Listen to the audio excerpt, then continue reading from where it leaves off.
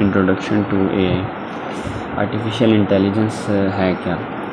Artificial intelligence हमारे पास वो टेक्निक है जिसके थ्रू हम मशीन्स के अंदर ह्यूमन इंटेलिजेंस पैदा करने की कोशिश करते हैं। मशीन्स को ह्यूमंस की तरह इंटेलिजेंट बनाते हैं और उनको इस तरीके से प्रोग्राम करते हैं कि ताकि वो ह्यूमंस की तरह बिहेव कर सकें, उनकी तरह सोच सकें, और इससे ह्यूमन एफ़र्ट को जो है हम रिड्यूस करते हैं। जो हमारे बहुत से काम हैं जो ह्यूमंस करते हैं उनमें हमारे लिए आसानी पैदा हो जाती है। इसके आगे डिफरेंट हमारे पास कैटेगरीज़ हैं। सबसे पहले है machine learning. Machine learning artificial intelligence की फाउंडेशन है। मशीन लर्निंग क्या करती है कि वो डाटा को यूज़ करते हुए मशीन को टीच करती है कि आपने क्या करना है, किस बेस पे प्रेडिक्शन करनी है। मशीन डाटा से लर्न करती हैं और उसके बाद फ्यूचर प्रेडिक्शंस के लिए हम उसको यूज़ करते हैं। इसके बाद एनोमली डिटेक्शन है। एनोमली डिटेक्शन क्या करती है कि एनोमली की बेस पे एरर डिटेक्ट करती हैं। एनोमली हमारे पास क्या होती है? कोई भी डाटा के अंदर अनयूजुअल बिहेवियर हो, कोई भी अनयूजुअल वैल्यू हो, आउट ऑफ कॉन्टेक्स्ट वैल्यू, या फिर कोई भी एबनॉर्मल बिहेवियर किसी भी सिस्टम का, वो हमारे पास एनोमली होती है। उसके बाद कंप्यूटर विज़न है। कंप्यूटर विज़न इमेजेस और वीडियोस को इंटरप्रेट करता है। इमेजेस और वीडियोस में चीज़ों को आइडेंटिफाई करना, उनको एनालाइज करना, ये सारा काम कंप्यूटर विज़न करते हैं। इसके बाद हमारे पास है natural language processing. Natural language processing में रिटन और स्पोकन लैंग्वेज को हम इंटरप्रेट करते हैं, एनालाइज करते हैं, उसके ऊपर हम वर्क करते हैं। उसके बाद हमारे पास है नॉलेज माइनिंग। नॉलेज माइनिंग हमारे पास होती है कि अनस्ट्रक्चर्ड डाटा के अंदर से इंफॉर्मेशन को एक्सट्रैक्ट करना। Large amount of unstructured data जिसकी कोई प्रॉपर फॉर्म नहीं है डाटा की, टेक्सचुअल फॉर्म में बहुत ज़्यादा डाटा पड़ा हुआ है, तो उसमें से यूज़फुल इंफॉर्मेशन को एक्सट्रैक्ट करना, तो ये हमारे पास नॉलेज माइनिंग होती है। इसके बाद हमारे पास फर्दर एक्सप्लेनेशन है मशीन लर्निंग की।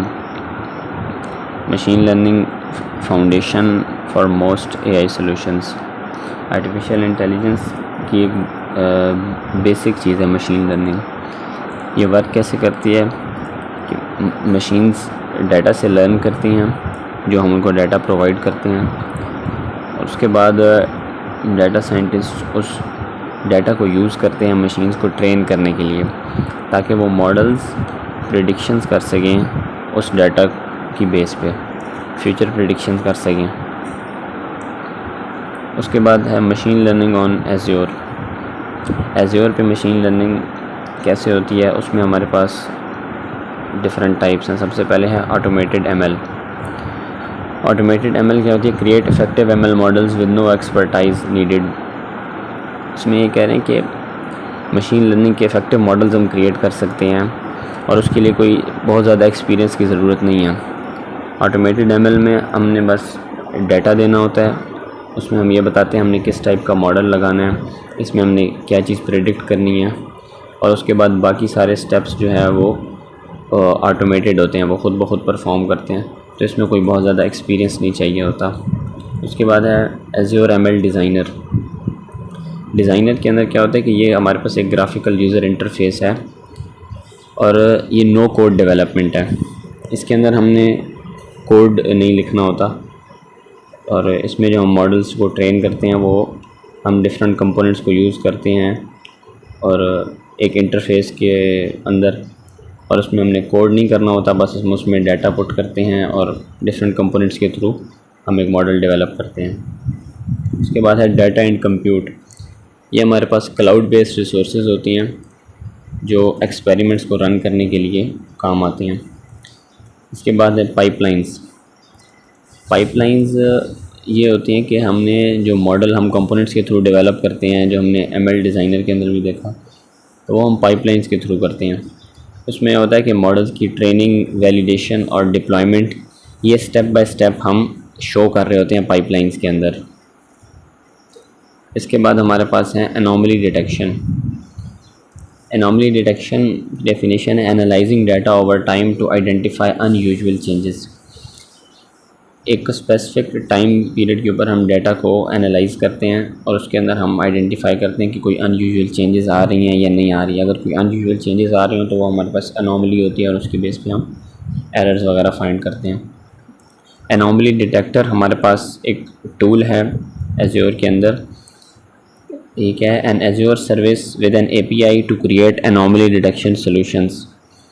ये एक एज़्योर की सर्विस है और इसके अंदर एक API होती है जिसके थ्रू हम एनॉमली डिटेक्शन के मॉडल्स वगैरह क्रिएट करते हैं, या हमारे पास कई एनॉमलीज़ आ रही हैं तो उनको हम मॉडल्स के थ्रू उनके सॉल्यूशंस जनरेट करते हैं। उसके बाद हमारे पास हैं कंप्यूटर विजन। कंप्यूटर विजन है area of AI for visual processing based on interpretation of images and video. ये हमारे पास AI की वो फील्ड है जिसके अंदर हम विजुअल प्रोसेसिंग करते हैं, यानी हमारे पास इमेजेस और वीडियोस के थ्रू हम इंटरप्रिटेशंस करते हैं, मॉडल्स को ट्रेन करते हैं, उनका एनालिसिस करते हैं ये इमेजेस और वीडियोस की बेस पे। उसके बाद है मॉडल्स एंड कैपेबिलिटीज़। उसमें हमारे पास डिफरेंट टास्क्स हैं कंप्यूटर विजन के। सबसे पहला टास्क हमारे पास है image classification. Classify images based on content, for example is this a car और अ बाइक। इमेज क्लासिफिकेशन में हम डिफरेंट इमेजेस हमारे पास होती हैं उनको हम क्लासीफाई करते हैं कैटेगरीज़ के अंदर। हमारे पास कैटेगरीज़ गिवन होती हैं कि 2 या 3 कैटेगरीज, जैसे यहाँ पे हमारे पास एग्जांपल में गिवन है कि कार और बाइक, तो ये हमारे पास कैटेगरीज होंगी और हम मॉडल को डिफरेंट इमेजेस देंगे और वो उन इमेजेस से लर्न करेगा कि कार किस टाइप की होती है, बाइक किस टाइप का होता है। और उसके बाद जब हम उससे प्रेडिक्शंस करवाएंगे तो उसमें भी उसको इमेजेस देंगे जिनको वो क्लासीफाई करेगा कि ये कार की इमेजेस हैं और ये बाइक की इमेजेस हैं। तो ये हमारे पास इमेज क्लासिफिकेशन है। उसके बाद ऑब्जेक्ट डिटेक्शन है। ऑब्जेक्ट डिटेक्शन में classify individual objects and location with in an image using a box. Object detection में ये होता है कि हमने जो ऑब्जेक्ट्स डिफ़ाइन किए होते हैं मॉडल को, उनको लेबल करके हमने मॉडल को दिया होता है जिनकी बेस पे वो लर्न करता है। तो जब प्रेडिक्शंस वो करता है तो उसमें इमेज या वीडियो के अंदर वो आइडेंटिफाई करता है डिफरेंट ऑब्जेक्ट्स को, और उन ऑब्जेक्ट्स की आइडेंटिफिकेशन किस तरह करता है कि जहाँ पे उनको ऑब्जेक्ट मॉडल को नज़र आता है वहाँ पे वो उसके अराउंड एक बॉक्स क्रिएट कर देता है। ऑब्जेक्ट डिटेक्शन के अंदर ये होता है। उसके बाद है semantic segmentation. Similar to object detection that uses an overlay to colour code distinct objects. ये भी ऑब्जेक्ट डिटेक्शन से थोड़ी सी मिलती जुलती है, बस इसमें फ़र्क ये होता है कि ये कलर कोड असाइन कर देता है ऑब्जेक्ट्स को। ऑब्जेक्ट डिटेक्शन में ऑब्जेक्ट्स के अराउंड हमारे पास बॉक्स बन जाता है, और सीमेंटिक सेगमेंटेशन में जो ऑब्जेक्ट्स हैं उनके सारे पिक्सल्स को ये कलर कोड असाइन कर देता है। जैसे हमारे पास एक ऑब्जेक्ट होगा कार, तो उस पूरी कार के जितने पिक्सल्स हैं उन सबको ये रेड कलर असाइन कर देगा। पूरी इमेज में जहाँ जहाँ कार होगी उनको वो रेड कलर असाइन कर देगा। इसके अलावा अगर हमारे पास बाइक है या हमारे पास कोई पर्सन है तो उसको ये कोई और कलर असाइन कर देगा। तो ये हमारे पास सीमेंटिक सेगमेंटेशन होती है। इसके बाद हमारे पास है image analysis. Extract information from images including tags for easier cataloguing. Image analysis हमारे पास ये होता है कि इमेज के अंदर जितनी भी ऑब्जेक्ट्स हैं या जितनी भी हमारे पास कोई सिनेरियो है उसको ये एक्सट्रैक्ट करता है और वो हमारे पास टेक्सचुअल डिस्क्रिप्शन की फॉर्म में भी दे सकता है, और इसके अलावा मतलब टैग्स की फॉर्म में भी दे सकता है कि इस इमेज के अंदर हमें ये चीज़ नज़र आ रही है, या जो भी कोई सीन है वीडियो के अंदर तो वो हमें ये बता देगा।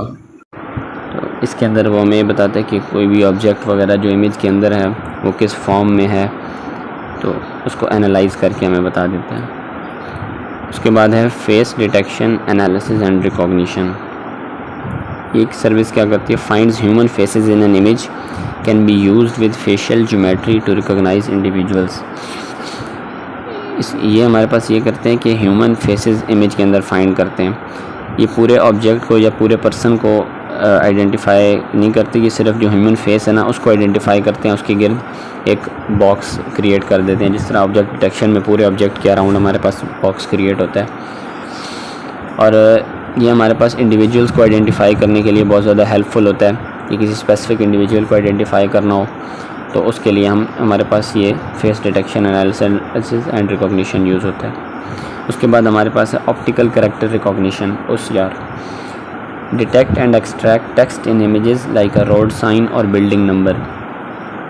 OCR के थ्रू ये होता है कि इमेज के अंदर हमारे पास जो नंबरिंग है या टेक्स्ट है उसको ये डिटेक्ट करता है, उसको आइडेंटिफाई करता है।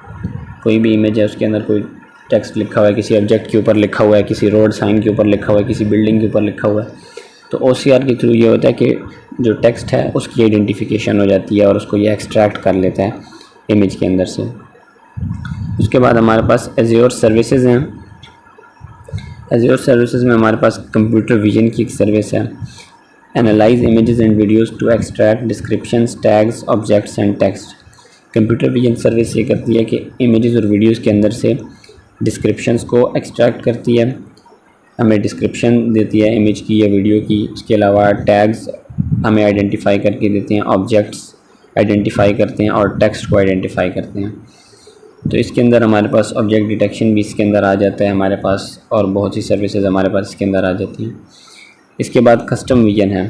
कस्टम विजन क्या करता है? Customised image classification with your own images. Custom vision की सर्विस जो है इसमें हमारे पास इमेज क्लासिफिकेशन होती है। इमेज क्लासिफिकेशन में हमने कहा था कि हम डिफरेंट इमेजेस को मॉडल को देते हैं तो वो उनको कैटेगरीज़ में क्लासिफाई कर देते हैं। तो ये कस्टमाइज्ड इमेज क्लासिफिकेशन इसमें यूज़ होती है कि हम अपनी इमेजेस उसको मॉडल को देते हैं और हम उसको बताते हैं कि ये इमेज है, इसका ये टैग है, तो फिर उसके बाद जब वो प्रेडिक्शन करता है तो वो उन्हीं कैटेगरीज़ की अंदर इमेजेस को क्लासिफाई करता है। इसके बाद हमारे पास फेस एक सर्विस है। फेस की सर्विस में हमारे पास फेस डिटेक्शन होती है या फेस रिकॉग्निशन, फेस एनालिसिस जो हमने ऊपर देखी थी वो सारी फेस की सर्विस में आ जाती है। उसके बाद फॉर्म रिकॉग्नाइज़र है। फॉर्म रिकॉग्नाइज़र क्या करते हैं? Information extraction from scanned documents. तो इसके अंदर हमारे पास OCR यूज़ हो रहा है कि स्कैन्ड डॉक्यूमेंट्स के अंदर से हम उसको इंफॉर्मेशन को एक्सट्रैक्ट करते हैं। अब OCR का ये था कि उसमें हमारे पास इमेज के अंदर रोड साइन और बिल्डिंग्स उनसे भी वो टेक्स्ट को एक्सट्रैक्ट कर लेता है, लेकिन फॉर्म रिकॉग्नाइज़र की सर्विस हमारे पास मोस्टली जो डॉक्यूमेंट्स के लिए यूज़ होती है। फिर जो स्कैन डॉक्यूमेंट्स हैं या कोई रिसीप्ट है, इनवॉइस है, तो उसके अंदर से वो इन्फॉर्मेशन को एक्सट्रैक्ट कर लेते हैं। इसके बाद हमारे पास है natural language processing, area of AI that understands written and spoken language. Natural language processing जो है रिटन और स्पोकन लैंग्वेज के साथ डील करती है। नेचुरल लैंग्वेज को हम एनालाइज करते हैं, उसके थ्रू मॉडल्स ट्रेन करते हैं, और ये सारी चीज़ें हमारी नेचुरल लैंग्वेज प्रोसेसिंग में आती हैं। इसके यूजेस क्या हैं? Analyse and interpret text in documents. Documents के अंदर जो भी टेक्स्ट लिखा होता है उसको एनालाइज करना, ठीक है, और उसको किसी दूसरी लैंग्वेज में कन्वर्ट करना हो या उसको इंटरप्रेट करना हो, ये काम NLP के थ्रू होता है। Interpret spoken language. Spoken language को भी वो समझने में मदद देती है नेचुरल लैंग्वेज प्रोसेसिंग। उसके बाद translation of written and spoken languages. किसी दूसरी लैंग्वेज में ट्रांसलेट करना है हमने, चाहे वो रिटन लैंग्वेज है या स्पोकन लैंग्वेज है, तो ये काम भी NLP के थ्रू होता है। इसके अलावा इंटरप्रेट कमांड्स। डिफरेंट कमांड्स हम कोई देते हैं नेचुरल लैंग्वेज के थ्रू, किसी भी लैंग्वेज में हम उनको कमांड्स देते हैं तो मॉडल्स वगैरह को, तो उसको भी अंडरस्टैंड करना ये नेचुरल लैंग्वेज प्रोसेसिंग के थ्रू होता है। उसके बाद एज़्योर सर्विसेज, इसकी कौन कौन सी हैं? सबसे पहले है लैंग्वेज, एनालाइज टेक्स्ट और spoken language to build smart applications. Language service के थ्रू हम एप्लीकेशंस डिफरेंट बना सकते हैं जो स्पोकन लैंग्वेज या फिर रिटन जो हमारे पास टेक्स्ट है उसको एनालाइज करके हम उन एप्लीकेशन में यूज़ कर सकते हैं। उसके बाद हमारी ट्रांसलेटर सर्विस है, translation service for more than 60 languages. ये हमें ट्रांसलेशन में मदद देती है और ऑलमोस्ट 60 लैंग्वेजेस में ट्रांसलेशन जो है ना हम इसके थ्रू कर सकते हैं। उसके बाद स्पीच है, recognise and synthesise speech and translate to other languages. Speech service जो है जो भी ह्यूमन स्पीच होती है, हमारी जो स्पोकन वर्ड्स होते हैं, जो हम चीज़ बोल रहे होते हैं, उसको रिकॉग्नाइज करना और उसके बाद उसको ट्रांसलेट करना, ये काम स्पीच के थ्रू हम करते हैं। और इसके थ्रू हम स्पीच को सिंथेसाइज भी कर सकते हैं। टेक्स्ट हमारे पास अगर गिवन है तो उसके थ्रू हम स्पीच जनरेट कर सकते हैं। उसके अलावा एज़्योर बॉट सर्विस है, conversational AI with the ability to connect to channels like email, Teams and web chat. Azure bot service जो है ये कन्वर्सेशनल जो आर्टिफिशियल इंटेलिजेंस है उसमें आती है। और इसके थ्रू इसमें ये होता है कि जैसे हम कन्वर्सेशन करते हैं, ह्यूमंस आपस में कन्वर्सेट करते हैं, क्वेश्चन आंसर टाइप, इसमें हम मॉडल्स होते हैं जो कम्युनिकेट करते हैं। जैसे हमारे पास कस्टमर केयर के लिए हम बनाते हैं, चैट बॉट्स वगैरह इसके अंदर आ जाते हैं। और इसको हम डिफरेंट चैनल्स के साथ कनेक्ट कर सकते हैं, ईमेल्स के साथ, माइक्रोसॉफ्ट टीम्स के साथ, या फिर हम इसको वेब में इनकॉर्पोरेट कर सकते हैं।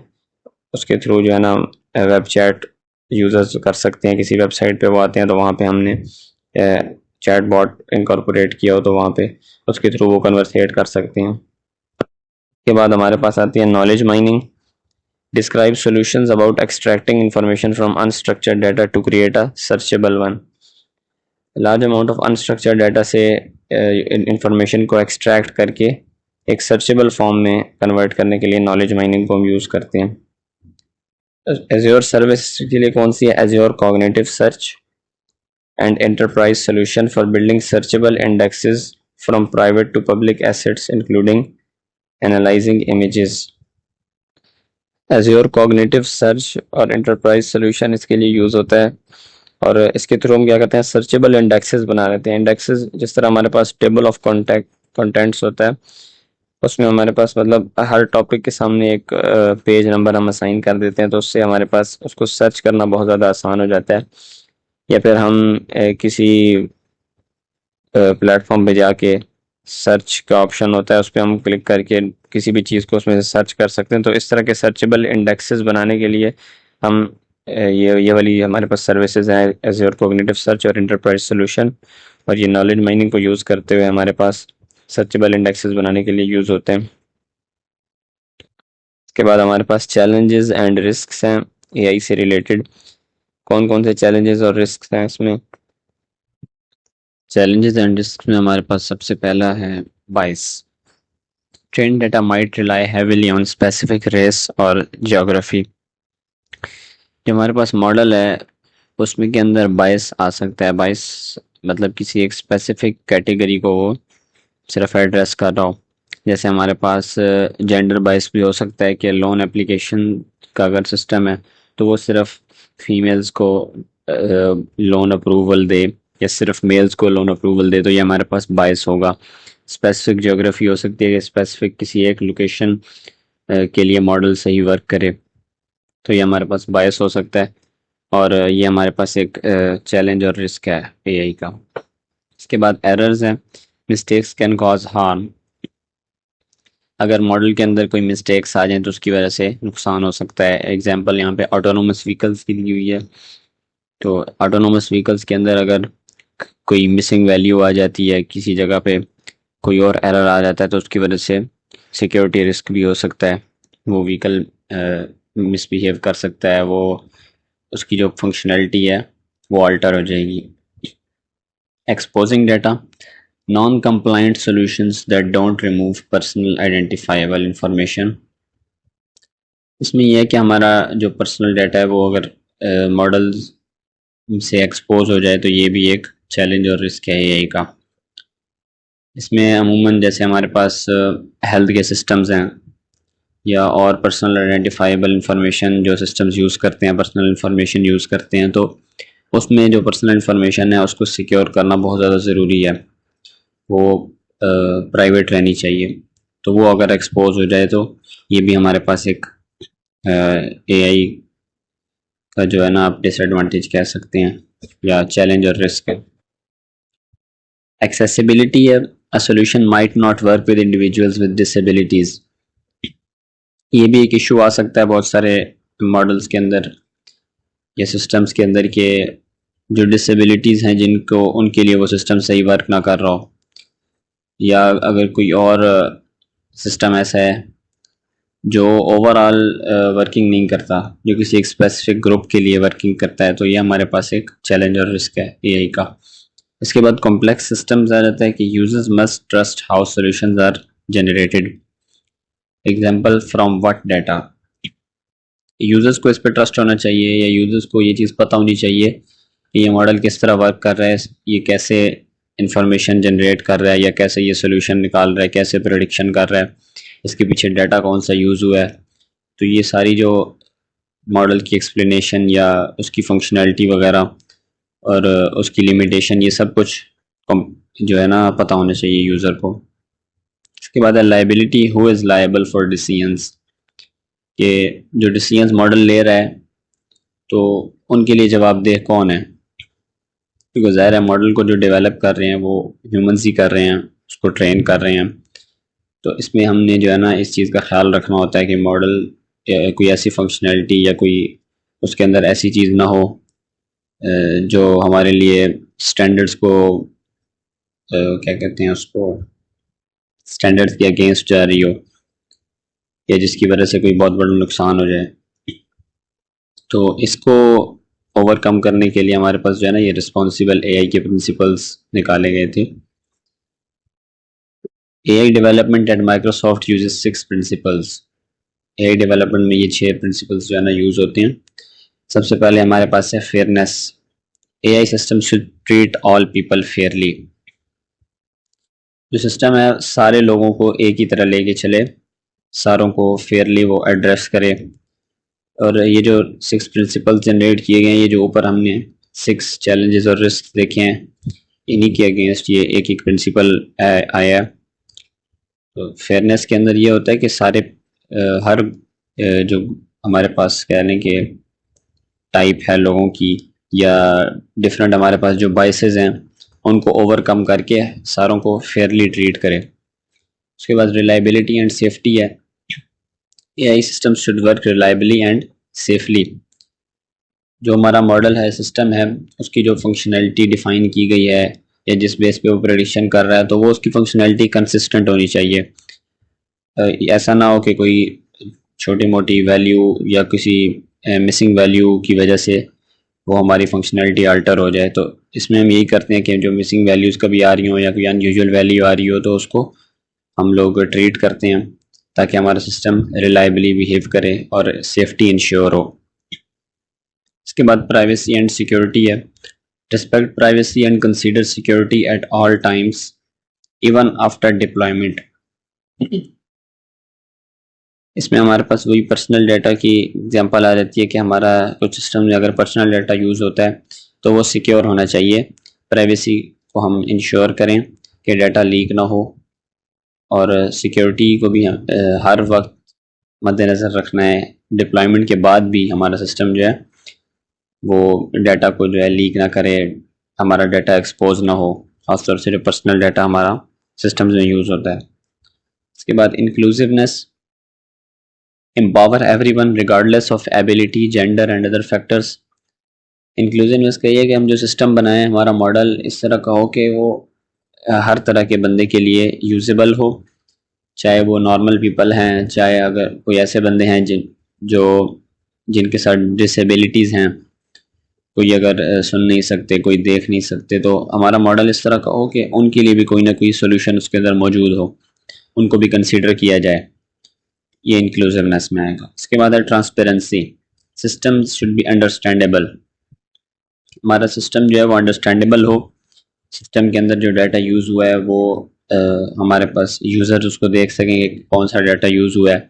इसके बाद जो आपने फंक्शनैलिटी लगाई है वो कैसे परफॉर्म हो रही है, इसकी मॉडल की लिमिटेशंस क्या हैं। जो हमारे पास ऊपर एक रिस्क हमने यहाँ पे देखा था कि users must trust how solutions are generated. Users को पता होना चाहिए कि ये कैसे वर्क हो रहा है सारा। तो ये हमारे पास ट्रांसपेरेंसी है। उसके बाद अकाउंटेबिलिटी है। People should be accountable, engineers and designers should work with a governance framework. इसमें ये है कि जो हमारे लीगल स्टैंडर्ड्स हैं, जैसे हमारे मतलब स्टेट ने कोई लीगल स्टैंडर्ड्स जारी किए हुए हों, या हमारे पास लॉज होते हैं, रूल्स रेगुलेशंस होते हैं, तो उनके अंदर रहते हुए हम अपने सिस्टम्स और मॉडल्स को जनरेट करें एक गवर्नेंस फ्रेमवर्क के अंदर। उसके बाद यहाँ पे एज्योर के अंदर जो मशीन लर्निंग करते हैं उसके स्टेप्स वगैरह सारे यहाँ पे गिवन हैं। Use automated ML in Azure ML studio. इसकी definition, a way to predict unknown values with a model using math. Automated ML ये कि अननोन वैल्यूज को हम प्रिडिक्ट करते हैं मोस्टली मैथ को यूज़ करते हुए। इसमें हमारे पास मशीन लर्निंग में जो टाइप्स आती हैं वो है supervised, requires a data set with known labels. Supervise machine learning के अंदर हमें जो डाटा सेट चाहिए होता है उसके अंदर लेबल्स हमारे पास नोन होने चाहिए जिनको हमने प्रिडिक्ट करना है। इसकी टाइप्स आगे एक रेग्रेशन है, predicts a value like price. Regression में हमारे पास न्यूमेरिक वैल्यू प्रिडिक्ट होती है, न्यूमेरिक डाटा हम इनपुट देते हैं और जो हमारे पास लेबल है उसकी भी आउटपुट न्यूमेरिक आती है। उसके बाद हमारे पास है classification, provides a binary yes no या 1-0 वैल्यू। क्लासिफिकेशन एक बाइनरी मॉडल की तरह होता है कि इसमें हमारे पास जो प्री डिफाइंड कैटेगरीज होती हैं उनके अंदर क्लासिफाई किया जाता है हमारे जो डाटा हम जिसको हमने प्रेडिक्ट करना है। तो इसके अंदर भी हमारे पास जो कैटेगरीज या लेवल्स हैं वो प्री डिफाइंड होते हैं, तो इसलिए सुपरवाइज मशीन लर्निंग में आएगा। उसके बाद है अनसुपरवाइज्ड मशीन लर्निंग, उसमें है no known labels in the data set. Data set में जो लेबल्स हैं जिनको प्रेडिक्ट करना है वो हमारे पास नोन नहीं होते, हमें नहीं पता होते। इसकी एग्जांपल है clustering, create labels based on grouping items with similar information. इसमें हमारे पास प्री डिफाइंड कैटेगरीज या लेबल्स नहीं होते जिनमें हम डाटा को क्लासीफाई करें। अगर हमारे पास प्री डिफाइंड लेबल्स हों तो वो हमारे पास क्लासिफिकेशन में आ जाता है। क्लस्टरिंग में ये होता है कि सिमिलर इन्फॉर्मेशन की बेस पे आइटम्स को या अगर पिक्चर्स हैं तो उनको जो भी डाटा है उसको ग्रुप किया जाता है। उसके बाद हमारे पास है Azure ML studio, an Azure service that automates common ML tasks like training, deploying, provides specialized cloud compute to scale workloads, offers a portal to interact with its features। Azure के अंदर हमारे पास मशीन लर्निंग स्टूडियो होता है और studio में ये facility provide करता है कि हम मशीन लर्निंग के टास्क जो है, मॉडल ट्रेनिंग है, उसकी डिप्लॉयमेंट है, उनको ऑटोमेट कर सकें और हमें स्पेशलाइज्ड जो है ना क्लाउड कंप्यूट ये प्रोवाइड करता है ताकि हम वर्कलोड्स को स्केल कर सकें। और ये हमारे पास एक पोर्टल होता है और इसके अंदर मुख्तलिफ़ किस्म के फ़ीचर्स होते हैं, उनके साथ इंटरेक्ट करके हम मशीन लर्निंग के मॉडल्स वगैरह बना सकते हैं। उसके बाद एज्योर ML वर्क स्पेस है, a requirement to use Azure ML studio allows to manage data, compute resources, code models. Azure ML work space जो है हमारे पास एज्योर के अंदर एक आपके पास प्लेटफॉर्म टाइप है और स्टूडियो को यूज़ करने के लिए सबसे पहले हमें वर्क स्पेस बनाना पड़ता है एज्योर के अंदर। तो ये रिक्वायरमेंट है ML स्टूडियो को यूज़ करने के लिए, पहले वर्क स्पेस बनेगा उसके अंदर हमारे पास स्टूडियो होगा। तो वर्क स्पेस क्या करता है, ये हमें अलाउ करता है कि हम डाटा को मैनेज कर सकें, रिसोर्सेज को कंप्यूट करना है, कोड को मैनेज करना है, मॉडल्स को मैनेज करना है। तो ये सारी जो मैनेजमेंट है ये हमारे पास वर्क स्पेस में होती है। उसके बाद है Azure ML compute, provides different compute resources types to work with ML। Machine learning के अंदर जब हम मॉडल्स को ट्रेन वगैरह करते हैं तो उसमें हमें कंप्यूट की ज़रूरत पड़ती है, तो ये हमें डिफरेंट कंप्यूट रिसोर्सेज प्रोवाइड करते हैं एज्योर में जिनको हम यूज़ कर सकते हैं मशीन लर्निंग मॉडल्स में। कंप्यूट की जो टाइप्स हैं वो हमारे पास 4 टाइप्स एज्योर में होती हैं, compute instances, compute clusters, inference clusters और अटैच्ड कंप्यूट। कंप्यूट इंस्टेंसेस जो है ये वर्क स्टेशन लाइक कंप्यूट होता है और मॉडल्स और डाटा के साथ ये वर्क परफॉर्म करता है। जो कंप्यूट क्लस्टर्स हैं वो हमारे पास स्केलेबल VM क्लस्टर्स होते हैं या फिर ऑन डिमांड वर्कलोड्स में जो है ना ये यूज़ होते हैं। कंप्यूट इंस्टेंसेस सिंगल कंप्यूट होता है और कंप्यूट क्लस्टर्स में हमारे पास क्लस्टर्स होते हैं, मल्टीपल कंप्यूट होते हैं। उसके बाद इन्फ्रेंस क्लस्टर्स है, ML मॉडल्स की डिप्लॉयमेंट के लिए और प्रेडिक्शंस प्रोवाइड करने के लिए जो हमारे पास क्लस्टर यूज़ होते हैं या कंप्यूट की जो रिसोर्स यूज़ होती है वो हमारे पास इन्फ्रेंस क्लस्टर्स है। उसके बाद अटैच्ड कंप्यूट है, links to existing compute resources in Azure. Azure के अंदर जो हमारे पास पहले से कंप्यूटर रिसोर्सेज मौजूद हैं तो उनके साथ ये लिंक करता है। उसके बाद एज़्योर ऑटोमेटेड एमएल है। Automated ML automatically tries different algorithms to train a model, allowing you to choose which model is best. Easier for beginners, no extensive data science knowledge needed, और operations are called jobs.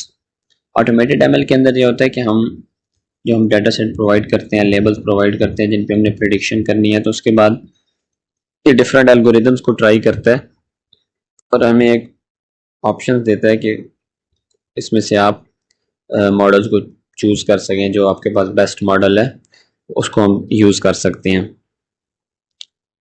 तो इसमें हमारे पास लिखा हुआ है कि जो beginners हैं जिनको बहुत ज़्यादा एक्सपीरियंस नहीं है उनके लिए ये बहुत ज़्यादा इजी है। कोई बहुत ज़्यादा डाटा साइंस का नॉलेज उनको नहीं चाहिए होता इसके लिए, क्योंकि इसमें हमने जस्ट डाटा देना है, अपनी मॉडल की टाइप बतानी है, उसमें भी हमें ऑप्शन देगा कि कौन कौन सा मॉडल आप यूज़ कर सकते हैं, उसमें से बेस्ट मॉडल को हम सिलेक्ट कर लेते हैं और उसके बाद हम लेबल्स डिफ़ाइन कर देते हैं जिनको हमने प्रेडिक्ट करना है। बाकी सारे टास्क जो है ना वो ऑटोमेटिकली इसमें परफॉर्म होते हैं। और ये जो हम ऑपरेशंस परफॉर्म करते हैं, मॉडल को जो हम इस पूरे प्रोसीजर में ट्रेन करते हैं, इसको हम जॉब्स कहते हैं। इसके प्रोसेस में क्या होता है, प्रिपेयर डाटा को हम प्रिपेयर करते हैं, उसके फीचर्स आइडेंटिफाई करते हैं, डाटा की क्लीनिंग होती है और डाटा को हम ट्रांसफॉर्म करते हैं। इसमें मिसिंग वैल्यूज़ को डील करना और डाटा की जो हमारे पास क्लीनिंग है, ये सारा हमारे पास प्रिपेयर डाटा के अंदर आता है। इसके बाद है ट्रेन मॉडल के लिए हम डाटा को स्प्लिट करते हैं। ट्रेनिंग डाटा और वैलिडेशन डाटा के अंदर डाटा स्प्लिट होता है और उसके बाद हम ट्रेनिंग डाटा सेट के ऊपर मॉडल को ट्रेन करते हैं। उसके बाद है evaluate performance, compare results to known labels.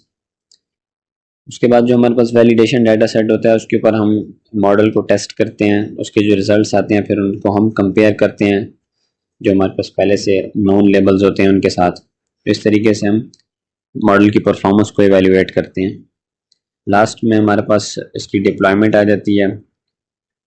Model को हम एक एप्लीकेशन के तौर पे और सर्विस के तौर पे यूज़ करने के लिए हम इसको डिप्लॉय करते हैं। प्रिपेयर डाटा की फर्दर एक्सप्लेनेशन में लिखा हुआ है, data for model training is called a data set.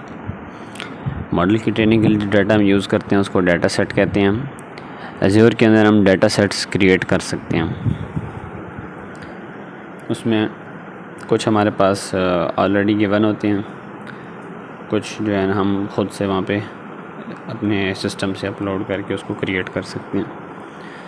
उसके बाद ट्रेन मॉडल में AutoML supports supervised machine learning models.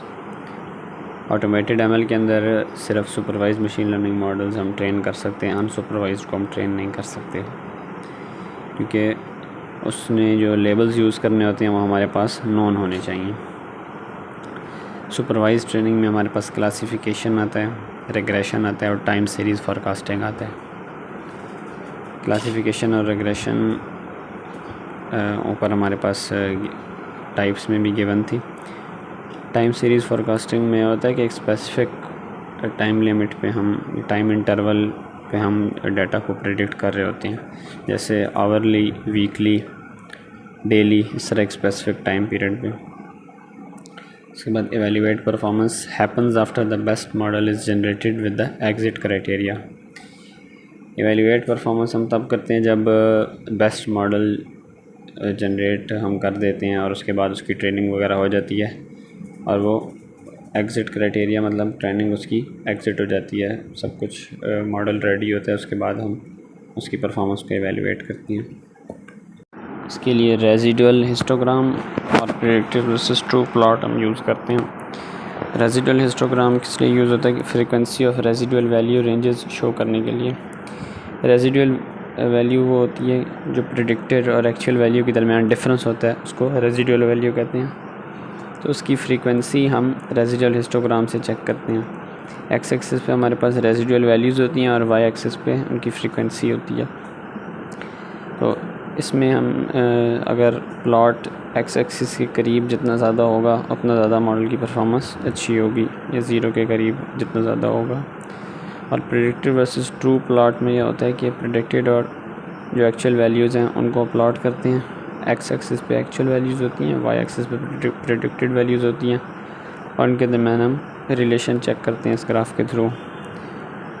और जितनी ज़्यादा इसमें स्ट्रेट लाइन बनेगी उतना ज़्यादा मॉडल की परफॉर्मेंस अच्छी होगी। उसके बाद हमारे पास है डिप्लॉयमेंट के लिए एज्योर कंटेनर इंस्टेंस ACI या फिर azure Kubernetes service AKS cluster हम यूज़ करते हैं। AKS प्रोडक्शन के लिए रिकमेंडेड है, तो इन सर्विसेज के थ्रू हम मॉडल्स की डिप्लॉयमेंट करते हैं एज्योर के ऊपर। उसके बाद हमारे पास है create a regression model with azure ML designer. Regression ML scenarios, इसकी डेफिनेशन प्रिडिक्ट्स अ न्यूमेरिक रिजल्ट और outcome from variables features. Example, a PC with n GB of RAM and X type of CPU processor can get a price prediction. Regression model के अंदर हम numeric result या outcome को predict करते हैं based on variables या features हम उन्हें कहते हैं जो हम इनपुट देते हैं। एग्जांपल दिए हुए हैं, a PC with n GB of RAM and X type of CPU processor can get a price prediction, कि एक PC की हम प्राइस को प्रिडिक्ट कर सकते हैं और उसके फ़ीचर्स हम क्या देंगे कि n GB ऑफ रैम या X type of CPU processor, यहाँ पे n और X की जगह पे कोई भी वैल्यू होगी कि उसकी रैम और CPU प्रोसेसर की बेस पे हम PC की प्राइस को प्रेडिक्ट कर सकते हैं। इसकी टाइप सुपरवाइज्ड मशीन लर्निंग है। उसके बाद training involves both the features and the non values for the label. इसकी ट्रेनिंग के लिए फ़ीचर्स और लेबल्स दोनों का पता होना ज़रूरी है।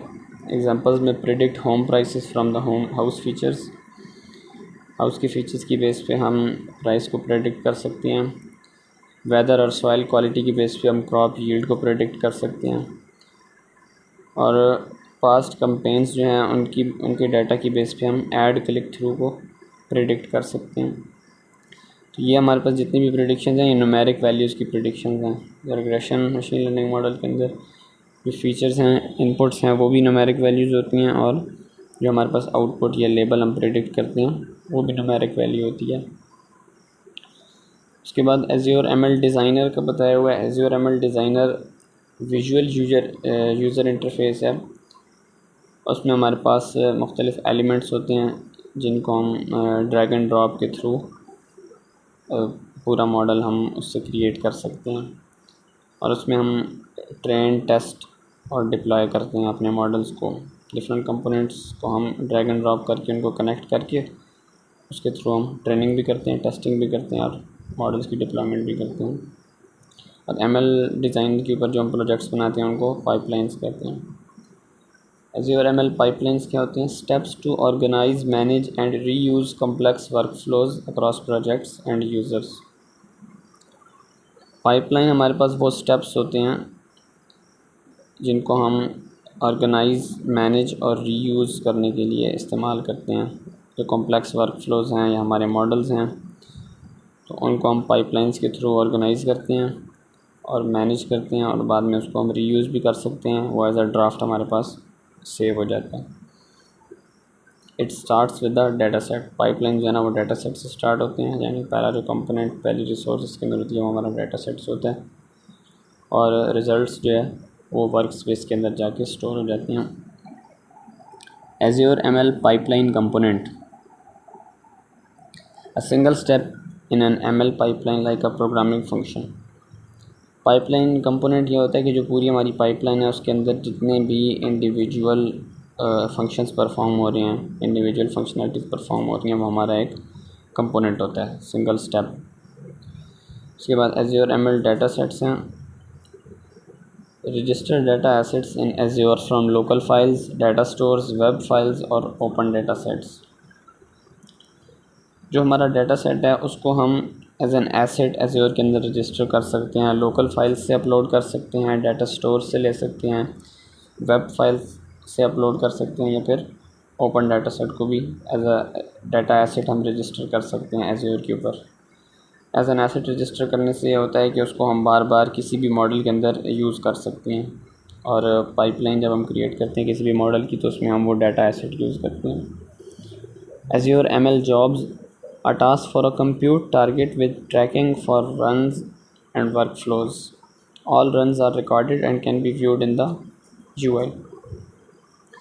जॉब जो है वो हमारे पास एक जो कंप्यूट रिसोर्स है उसका एक टास्क होता है जिससे हम पूरे मॉडल में जो मॉडल के रन्स हैं या वर्क फ्लोज़ हैं उसको हम ट्रैक कर सकते हैं, तो उसको हम कहते हैं जॉब।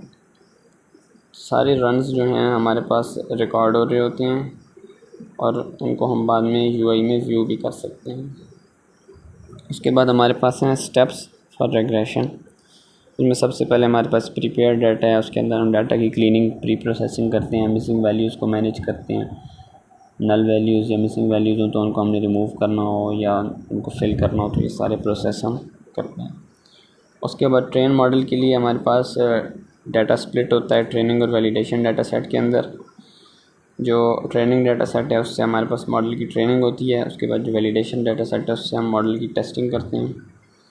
उसके बाद हमारे पास एवेल्यूएशन होती है, उसमें हम मॉडल की प्रेडिक्शंस को चेक करते हैं। जो वो नॉन लेबल्स के अगेंस्ट हमें वैल्यूज़ जनरेट करके देता है तो उनको हम एक्चुअल वैल्यूज़ और प्रेडिक्टेड वैल्यूज़ को मैच करके मॉडल की परफॉर्मेंस को एवेल्यूएट करते हैं। और चौथे नंबर पे हमारे पास डिप्लॉयमेंट होती है, get the model into a server for real time inference pipeline. Model को हम सर्वर पे डिप्लॉय करते हैं ताकि वो लाइव हो जाए, रियल टाइम पे उसको यूज़ किया जा सके, यूज़र उसको यूज़ कर सकें, और उसके लिए इन्फ्रेंस पाइपलाइन जो है ना हम यूज़ करते हैं। Model training with Azure ML designer.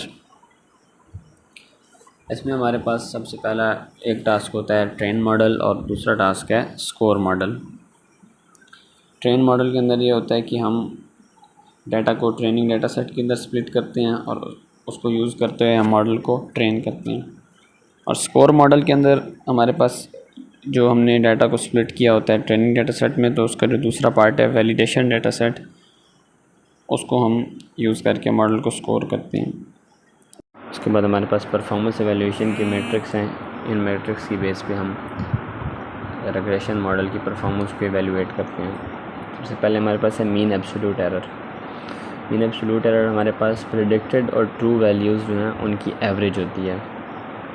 Predicted और ट्रू वैल्यूज़ के दरमियान डिफरेंस और उसके बाद उसकी एवरेज ही हमारे पास मीन एब्सोल्यूट एरर होता है। रूट मीन स्क्वेयर्ड एरर हमारे पास प्रेडिक्टेड और ट्रू वैल्यूज़ का डिफरेंस लेके उसके बाद उनका स्क्वायर रूट हम लेते हैं, तो हमारे पास रूट मीन स्क्वेयर्ड एरर आता है। इसके बाद रिलेटिव स्क्वेयर्ड एरर है।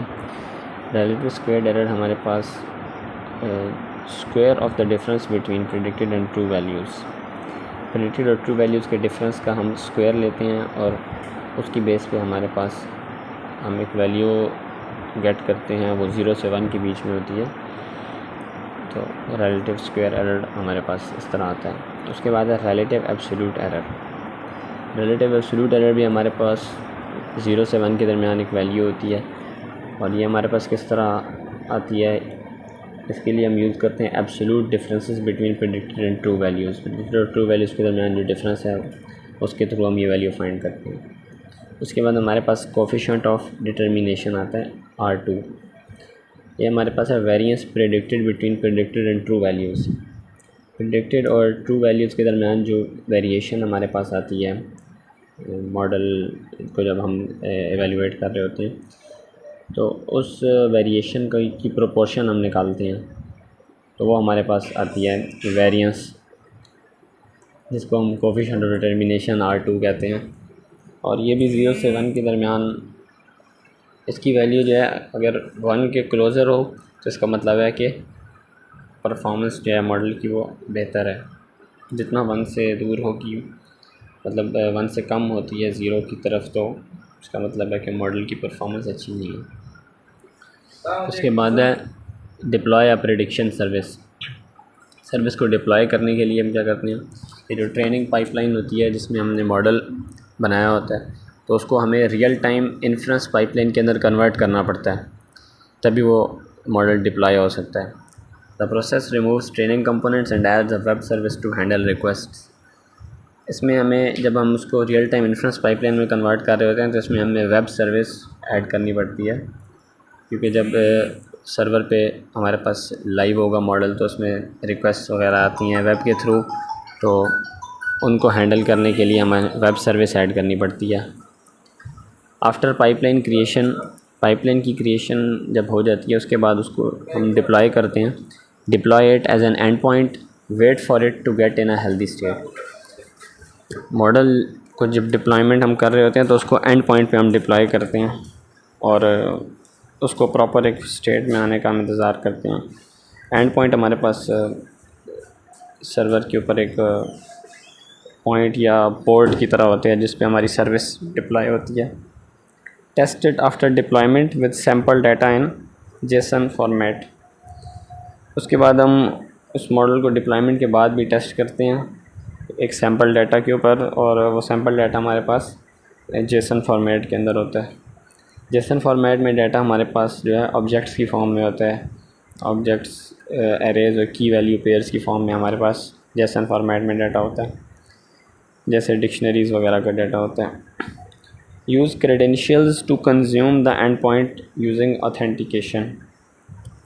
एंड पॉइंट को कंज्यूम करने के लिए हम क्रेडेंशियल यूज़ करते हैं, उसमें हमारे पास की होती है और उसको ऑथेंटिकेट करके हम एंड पॉइंट पे जो हमारे पास सर्विस है उसको हम कंज्यूम कर सकते हैं, उसको यूज़ कर सकते हैं। नेक्स्ट हमारे पास है classification ML scenarios. Classification can predict a category और class for an item, applies to binary and multi class scenarios. Classification machine learning model जो है वो हमारे पास कैटेगरी प्रिडिक्ट करता है, किसी भी आइटम की कैटेगरी को वो प्रिडिक्ट करेगा, और ये बाइनरी और मल्टी क्लास सिनेरियोज पे अप्लाई हो सकता है। बाइनरी मतलब कि उसमें हमारे पास दो ही कैटेगरीज होंगी और ये कैटेगरीज हमारे पास प्री डिफाइंड कैटेगरीज होती हैं, और मल्टी क्लास में हमारे पास दो से ज़्यादा कैटेगरीज होंगी जिनमें हमारे पास मॉडल आइटम को क्लासीफाई करेगा। इसकी टाइप भी सुपरवाइज्ड मशीन लर्निंग है। Training also involves features and known values for the label. इसमें भी हमारे पास फीचर्स भी नोन होते हैं और लेबल भी नोन होंगे। एग्जाम्पल्स में predict if a patient will become sick given clinical data. अब इसके अंदर हमने ये प्रेडिक्शन करनी है कि जो हमारे पास पेशेंट का क्लिनिकल डाटा है उसकी बेस पे ये पेशेंट बीमार होगा या नहीं होगा। तो ये हमारे पास बाइनरी सिनेरियो है। इसमें हमारे पास दो ही कैटेगरीज हैं कि या तो पेशेंट सिक होगा या नहीं होगा, यस नो की कैटेगरी है हमारे पास। और दूसरी एग्जांपल है predict text sentiment, positive, neutral और नेगेटिव। और इसमें हमारे पास तीन कैटेगरीज हैं और जिसमें हम टेक्स्ट को क्लासीफाई करेंगे, या तो पॉजिटिव होगा या न्यूट्रल होगा या नेगेटिव होगा। तो ये प्री डिफाइंड हमारे पास कैटेगरीज हैं और ये मल्टी क्लास सिनेरियो की एग्जांपल है क्लासिफिकेशन में। स्टेप्स फॉर क्लासिफिकेशन, इसमें भी सबसे पहले डाटा को प्रिपेयर करना है, उसकी क्लीनिंग, उसकी प्री प्रोसेसिंग इसके अंदर आ जाएगी। उसी तरह फिर इसके बाद ट्रेन मॉडल है।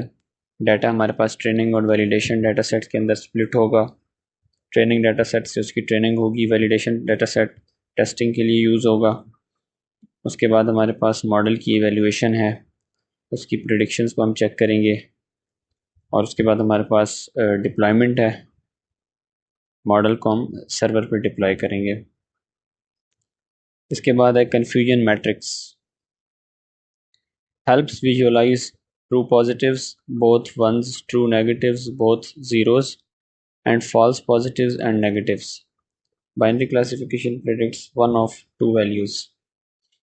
Confusion matrix हमारे पास जो हमारी एक्चुअल और प्रिडिक्टेड वैल्यूज़ हैं इनके दरमियान में प्लॉट होता है, और इसमें हमारे पास true positive, true negative, false positive, false negative ये वैल्यूज़ इसमें हम विजुअलाइज कर सकते हैं। बाइनरी क्लासिफिकेशन में एक वैल्यू प्रिडिक्ट होती है, जो हमारे पास गिवन टू वैल्यूज़ हैं उनमें से कोई एक प्रिडिक्ट होगी। नीचे हमारे पास ये गिवन है एक्चुअल 1, एक्चुअल 0, प्रिडिक्टेड 1, प्रिडिक्टेड 0, और दरमियान में हमारे पास वैल्यूज़ गिवन है। तो ये कन्फ्यूजन मैट्रिक्स इस तरह बनता है। ट्रू पॉजिटिव में मॉडल पॉजिटिव क्लास या कैटेगरी को करेक्टली प्रिडिक्ट करता है। फॉर एग्ज़ाम्पल कि मॉडल प्रिडिक्ट करता है कि पेशेंट को ये बीमारी है और एक्चुअल में भी पेशेंट को वो बीमारी हो, तो ये हमारे पास ट्रू पॉजिटिव है। ट्रू नेगेटिव में मॉडल करेक्टली प्रेडिक्ट करता है नेगेटिव क्लास या कैटेगरी को। फॉर एग्ज़ाम्पल, मॉडल ये प्रेडिक्ट करता है कि पेशेंट को बीमारी नहीं है और एक्चुअल में भी पेशेंट को बीमारी ना हो, तो ये हमारे पास ट्रू नेगेटिव है। फॉल्स पॉजिटिव में हमारे पास मॉडल पॉजिटिव क्लास या कैटेगरी को इनकरेक्टली प्रेडिक्ट करता है। फॉर एग्ज़ाम्पल, मॉडल प्रेडिक्ट करता है कि पेशेंट को ये बीमारी है लेकिन एक्चुअल में पेशेंट को वो बीमारी नहीं है, तो ये हमारे पास फॉल्स पॉजिटिव होगा। और फॉल्स नेगेटिव में मॉडल नेगेटिव क्लास को इनकरेक्टली प्रेडिक्ट करता है। फॉर एग्ज़ाम्पल, मॉडल ये प्रेडिक्ट करता है कि पेशेंट को बीमारी नहीं है लेकिन एक्चुअल में पेशेंट को वो बीमारी है, तो ये हमारे पास फॉल्स नेगेटिव है। इसका मतलब ये है कि कन्फ्यूजन मैट्रिक्स के अंदर जब हमारे पास प्रेडिक्टेड भी 1 है और एक्चुअल भी 1 है, तो ये हमारे पास ट्रू पॉजिटिव होगा। और जहाँ पे हमारे पास प्रेडिक्टेड भी 0 है और एक्चुअल भी 0 है, तो वो हमारे पास ट्रू नेगेटिव होगा। और जहाँ पे हमारे पास प्रेडिक्टेड 1 होगा और एक्चुअल 0 होगा, तो वो हमारे पास फॉल्स पॉजिटिव होगा। और जब प्रेडिक्टेड 0 होगा और एक्चुअल 1 होगा, तो ये हमारे पास फॉल्स नेगेटिव होगा। फिर इसके मैट्रिक्स हैं। सबसे पहले हमारे पास है एक्यूरेसी। एक्यूरेसी होती है रेशियो ऑफ करेक्ट प्रेडिक्शंस। जो हमारे पास करेक्ट प्रेडिक्शंस हैं, ट्रू पॉजिटिव्स, जो एक्चुअल और प्रेडिक्टेड दोनों 1 हैं, या और उसके बाद ट्रू नेगेटिव्स, एक्चुअल और प्रेडिक्टेड दोनों 0 हैं, तो इन वैल्यूज़ की रेशियो हमारे पास जो है, उससे हमारे पास एक्यूरेसी की वैल्यू आती है। इसके बाद प्रिसिजन है। प्रिसिजन है fraction of cases that are true positives. उसके बाद हमारे पास प्रिसिजन है fraction of cases that are true positives. ये हम कैसे फाइंड करते हैं, इसमें हमारे पास फार्मूला इसका होता है कि true positive divided by true positive plus false positive. तो इसके थ्रू हमारे पास प्रिसिजन आती है, जिससे हम परफॉर्मेंस एवेल्युएट करते हैं मॉडल की। इसके बाद रिकॉल है।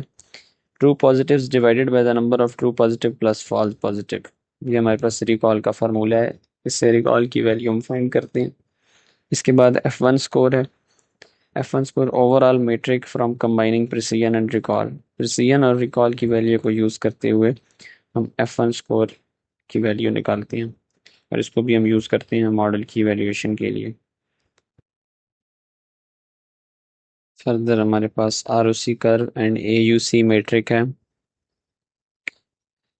ROC क्या होता है हमारे पास, plotting the true positive rate against the false positive rate for every threshold value between 0 and 1। ये हमारे पास एक ग्राफिकल रिप्रेजेंटेशन होती है जो क्लासिफिकेशन मॉडल के लिए हम प्लॉट करते हैं।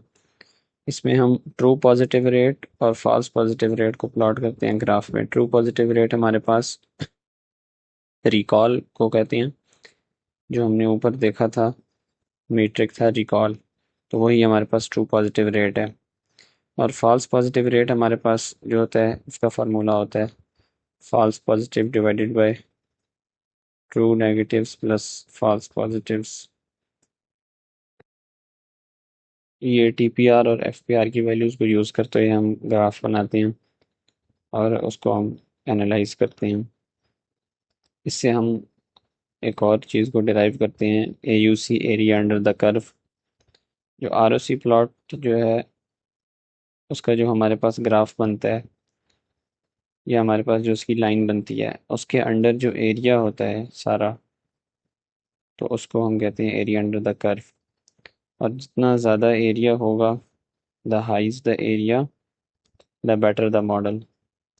एरिया जो है कर्व की हाइट्स अगर ज़्यादा होंगी तो हमारे पास मॉडल बेटर होगा। इसके बाद हमारे पास है clustering machine learning scenarios. Group similar items into clusters based on their features. Similar items को हम डिफरेंट क्लस्टर्स या ग्रुप्स में उसको सेपरेट कर देते हैं उनके फीचर्स या सिमिलैरिटीज़ की बेस पे, और ये हमारे पास अनसुपरवाइज्ड मशीन लर्निंग के अंदर आते हैं। इसमें हमारे पास प्री डिफाइंड लेबल्स या कैटेगरीज नहीं होती। इसकी एग्जांपल है grouping of wines given their flavour characteristics. Different wines हैं तो उनकी फ्लेवर कैरेक्टरिस्टिक्स, ये उनकी सिमिलैरिटी है, तो इसकी बेस पे वो वाइन्स को की ग्रुपिंग कर देगा, उनको डिफरेंट ग्रुप्स में क्लासीफाई कर देगा। उसके बाद है grouping of dishes given their ingredients and preparation type. Dishes की इंग्रेडिएंट्स और प्रिपरेशन टाइप्स की बेस पे वो डिफरेंट डिशेस की डिफरेंट ग्रुप्स बना देंगे या क्लस्टर्स बना देंगे, तो ये हमारे पास क्लस्टरिंग में आएगा। इसके बाद ट्रेनिंग एंड स्टेप्स हैं, इसके भी वही 4 स्टेप्स हैं। सबसे पहले प्रिपेयर डाटा, इसमें क्लीनिंग और प्री प्रोसेसिंग आ जाएगी डाटा की। उसके बाद मॉडल ट्रेनिंग है, उसमें डाटा को ट्रेनिंग और वैलिडेशन डाटा सेट के अंदर स्प्लिट करना है। मॉडल ट्रेनिंग में हमारे पास ट्रेनिंग डाटा सेट यूज़ होगा और वैलिडेशन डाटा सेट से हम मॉडल की परफॉर्मेंस को टेस्ट करेंगे। उसके बाद इवेल्युएशन है, उसमें हम मॉडल की प्रेडिक्शंस चेक करेंगे कि क्या क्या प्रेडिक्शंस मॉडल कर रहे हैं। उसके बाद हमारे पास डिप्लॉयमेंट है, उसी तरह हम उसको सर्वर पे डिप्लॉय कर देंगे। फिर इसमें हमारे पास 2 टास्क यहाँ पे गिवन है। के मीन्स क्लस्टरिंग, यहाँ पे एग्जांपल में दिया हुआ है। पहला टास्क होता है train clustering model. Clustering model को ट्रेन करने के लिए हम ट्रेनिंग डाटा सेट को यूज़ करते हैं। और जो सेकंड टास्क होता है उसे कहते हैं असाइन डाटा टू क्लस्टर्स, और इसमें हमारे पास वैलिडेशन डाटा सेट यूज़ होता है। क्लस्टरिंग मशीन लर्निंग मॉडल की परफॉर्मेंस को एवेलुएट करने के लिए जो हमारे पास मैट्रिक्स हैं, उसमें पहला है average distance to other centre. एक क्लस्टर के अंदर जितने भी पॉइंट्स हैं तो उनका एवरेज डिस्टेंस दूसरे जो क्लस्टर्स हैं उनके सेंट्रॉइड से कितना है, ये हमारे पास इसमें फाइंड होता है। सेंट्रॉइड हमारे पास क्लस्टर का सेंटर होता है। Average of each point two centroids in all other clusters. इसके बाद सेकंड है average distance to cluster centre, average from centroid of the cluster. इसमें हमारे पास एक क्लस्टर के जो डाटा पॉइंट्स हैं उनका अपने ही क्लस्टर के सेंट्रॉइड से जो एवरेज डिस्टेंस है वो हम इसमें फाइंड करते हैं। इसके बाद है number of points, total number of points in the cluster. एक क्लस्टर के अंदर जितने भी डाटा पॉइंट्स हैं वो सारे। उसके बाद है maximal distance to cluster center, इसमें maximum distances between each point and the centroid of that point. इसमें जो सेंट्रॉइड है उससे डाटा पॉइंट्स का मैक्सिमम डिस्टेंस जो है हम फाइंड करते हैं। तो ये 4 मैट्रिक्स हैं जिनके ज़रिए हम क्लस्टरिंग मशीन लर्निंग मॉडल की परफॉर्मेंस को इवेलुएट करते हैं।